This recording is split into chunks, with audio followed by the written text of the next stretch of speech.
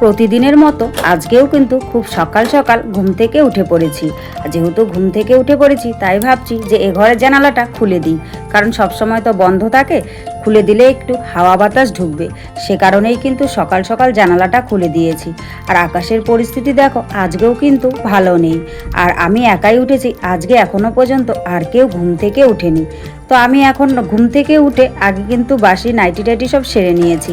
তারপর ব্রাশ হাতে নিয়ে ব্রাশ কোলগেট নিয়ে বেরিয়ে পড়েছি, হাঁটতেও থাকি আর একটুখানি ব্রাশও করতে থাকি, তাহলে আমার ব্রাশ করাও হবে আর সকালে মর্নিং ওয়াকটাও হয়ে যাবে। সে কারণেই কিন্তু ব্রাশ হাতে নিয়ে একদম এই জায়গাটায় হাঁটছি। আর ওই দিকটায় যাইনি জানো তো, কারণ এই মাঝে মধ্যে বৃষ্টি হচ্ছে, রাস্তাটা বেশ কাদা, সে কারণেই। আর দেখেছো এই দাদাটা বললাম না খুব সকাল সকাল ঘুম থেকে উঠে পড়ে, এই দেখো ঘুম থেকে উঠে উনি কিন্তু ডিউটি চলে যাচ্ছে। আসলে ওনার ডিউটিগুলো সব সকালে পড়ে, সে কারণেই।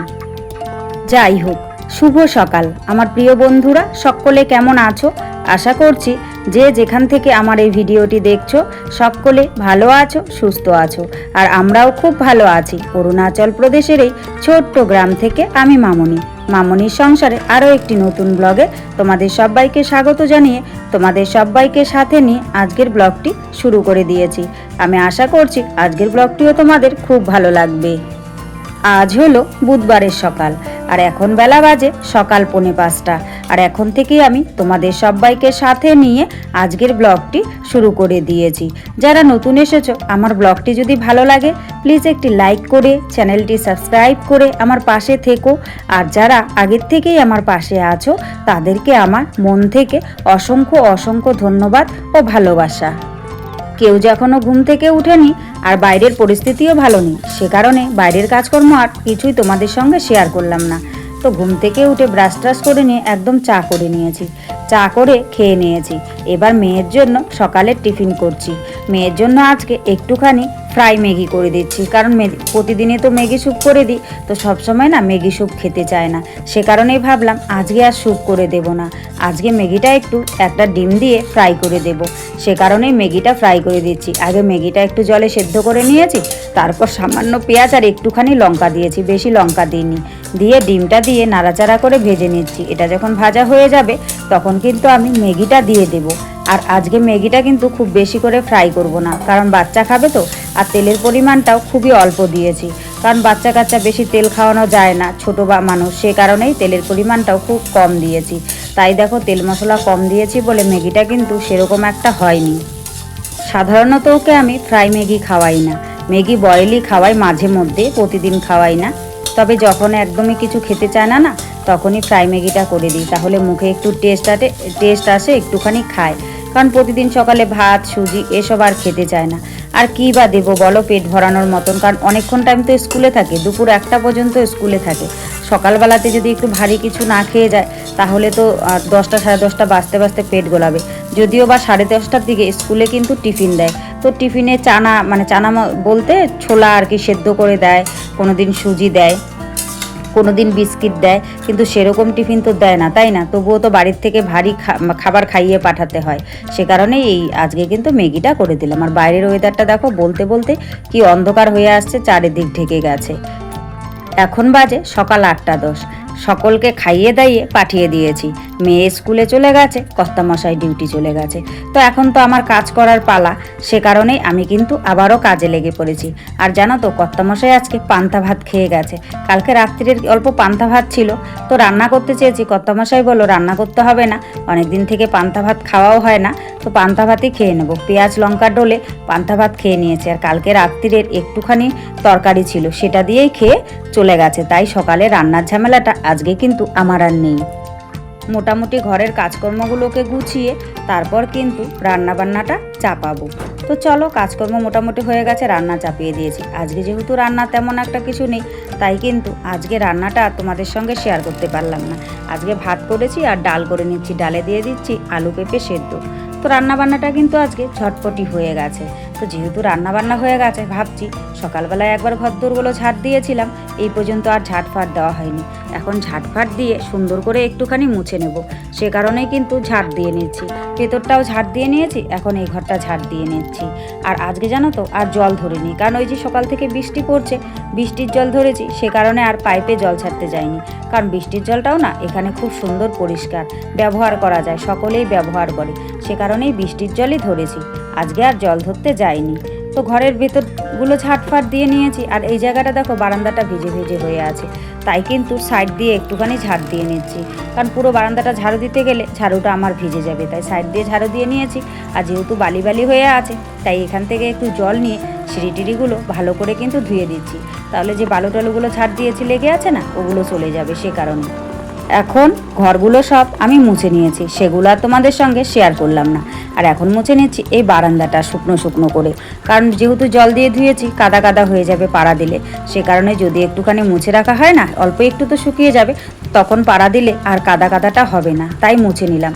আর মুছে এখানেই কিন্তু মোছানিটা আমি ভালো করে ধুয়ে চিপে ঘরের মধ্যে মেলে দিয়ে এলাম। তারপর এখন সামনের দিকটা ছড়িয়ে ছিটিয়ে আছে, দেখতে দেখি বাজে লাগছে, সে কারণে ভাবলাম যে না, এই জায়গাটা একটু ঝাড় দিয়ে দিই। আর ওই যে গরুগুলো আসে আর এসে যেখানে সেখানে পায়খানা করে রাখে, আর এরকম পাতলা পায়খানা করে হাত দিয়ে তোলাই যায় না। তো কালকে সন্ধেবেলার দিকে করে গেছে, ওগুলো আর ফেলা হয়নি, তো ওগুলো দেখি বৃষ্টিতে একদম ভিজে একাকার হয়ে আছে, তাই ওগুলোকেও কিন্তু আমি ওইদিকে ঝাড়ু দিয়ে জলের দিকে দিয়ে দিলাম, তাহলে শুকিয়ে গেলে পরে হয়ে যাবে আর জলের সঙ্গে মিশে যাবে।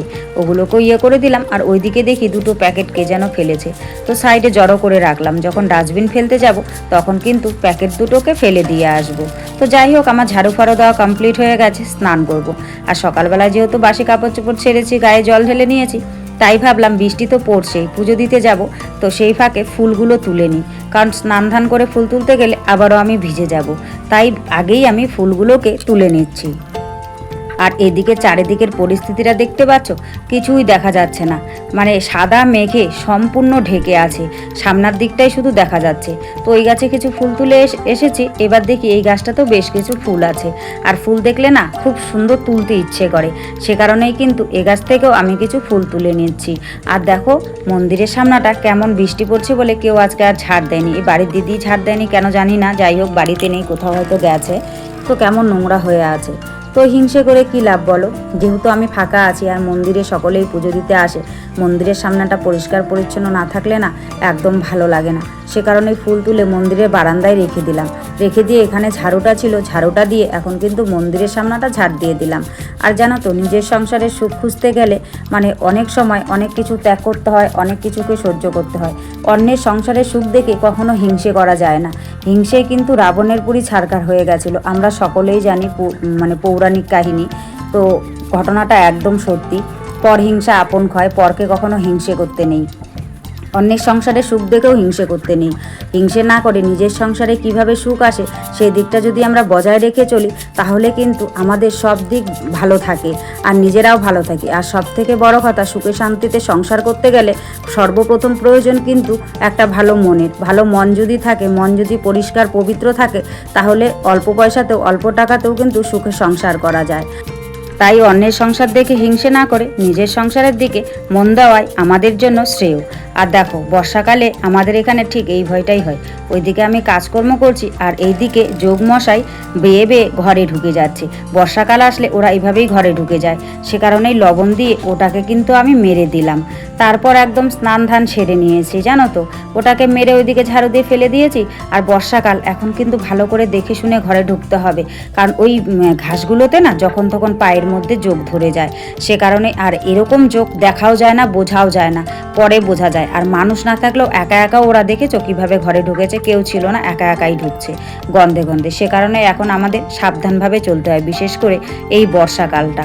তো সাবধানভাবে চলার চেষ্টা করি। যাই হোক, ওগুলো করে আমি একদম স্নান ধান সেরে নিয়েছি, স্নান ধান করে মাথাটা একটুখানি আঁচড়ে নিলাম, পুরো মাথাটা আজকে ভেজাইনি, তালুতে শুধু জল দিয়েছি, তবে ভিজেছে মাথাটা, আগাগুলো ভেজে নেয় আর কি। আর এখন সিঁদুর পরে নিচ্ছি, কারণ মন্দিরে পুজো দিতে যাব, মানে অনেকেই আমাকে কমেন্ট করে বলেছে যে হচ্ছে পুজো দেওয়ার আগে সিঁদুরটা পরে নিতে হয়, সে কারণেই কিন্তু সিঁদুরটা আমি পরে নিলাম। পরে টরে নিয়ে এখন মন্দিরে চলে এসেছি পুজো দিতে। আর দেখো ঝাড় দেওয়ার পরে মন্দিরের সামনাটা কি সুন্দর লাগছে, আসলে কি বলো তো, পরিষ্কার পরিচ্ছন্নতা থাকলে না সব কিছু জিনিসই ভালো লাগে। খারাপ জিনিসও যদি পরিষ্কার পরিচ্ছন্ন করে রাখা হয় তাহলে কিন্তু দেখতে বেশ ভালো লাগে। আর আজকে আমি সবার শেষে পুজো দিতে এসেছি, সকলে পুজো দিয়ে চলে গেছে, আজকে আমি একদম লাস্ট। তো যাই হোক বন্ধুরা, সব মিলিয়ে আজকের ব্লগটা তোমাদের কেমন লেগেছে অবশ্যই কিন্তু তোমরা কমেন্ট করে জানাতে ভুলো না। আর আজকের ব্লগে যদি কিছু ভালো লাগে তাহলে প্লিজ একটা লাইক করো, কমেন্ট করো, শেয়ার করো, আর আমার চ্যানেলটিকে সাবস্ক্রাইব করে এভাবেই আমার পাশে থেকো। সকলে ভালো থেকো, সুস্থ থেকো, তোমাদের পরিবারের সকলকে নিয়ে ভালো থেকো। তোমাদের সঙ্গে দেখা হচ্ছে পরবর্তী কোনো ভিডিওতে নতুন কোনো ব্লগের সাথে। ততক্ষণের জন্য সবাইকে টাটা এবং গুড নাইট, কারণ এরপর আর দেখা হচ্ছে না। আজকের ব্লগটা আমি এ পর্যন্তই শ্যুট করেছি। চলো সবাইকে টাটা।